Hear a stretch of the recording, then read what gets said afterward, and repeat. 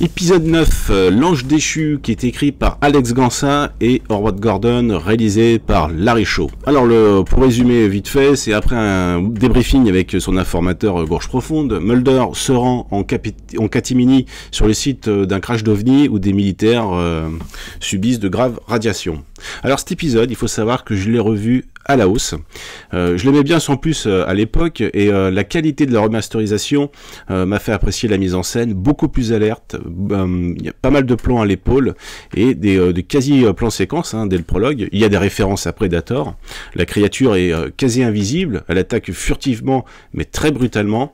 Même un plan où Mulder tente d'espionner le campement militaire rappelle le début quand Schwarzenegger s'approche en rampant vers une base qui scrute de sa hauteur.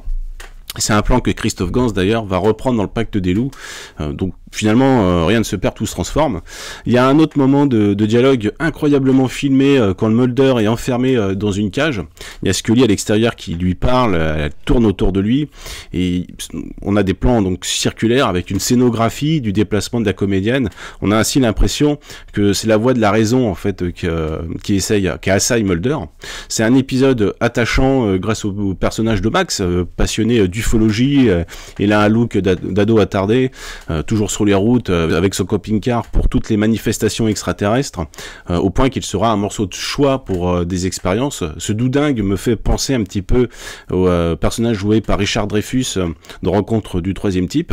Et on peut aussi ajouter qu'il y a une apparition très sympa de Gorge Profonde qui intervient à la fin pour sauver les miches de Mulder, enfin en tout cas sa carrière.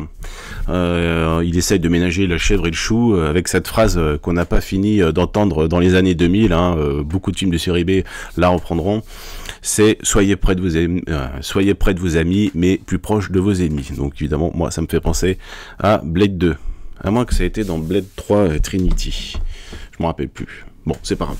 Moment fort, je dirais, la lévitation de Max sur le point de subir un nouvel enlèvement. C'est du practical, comme on dit. Les filets, en fait, étaient cachés par la lumière. Donc, très bon épisode que j'ai revu à la hausse et qui rattrape grandement la déception de l'épisode précédent. Allez, chut.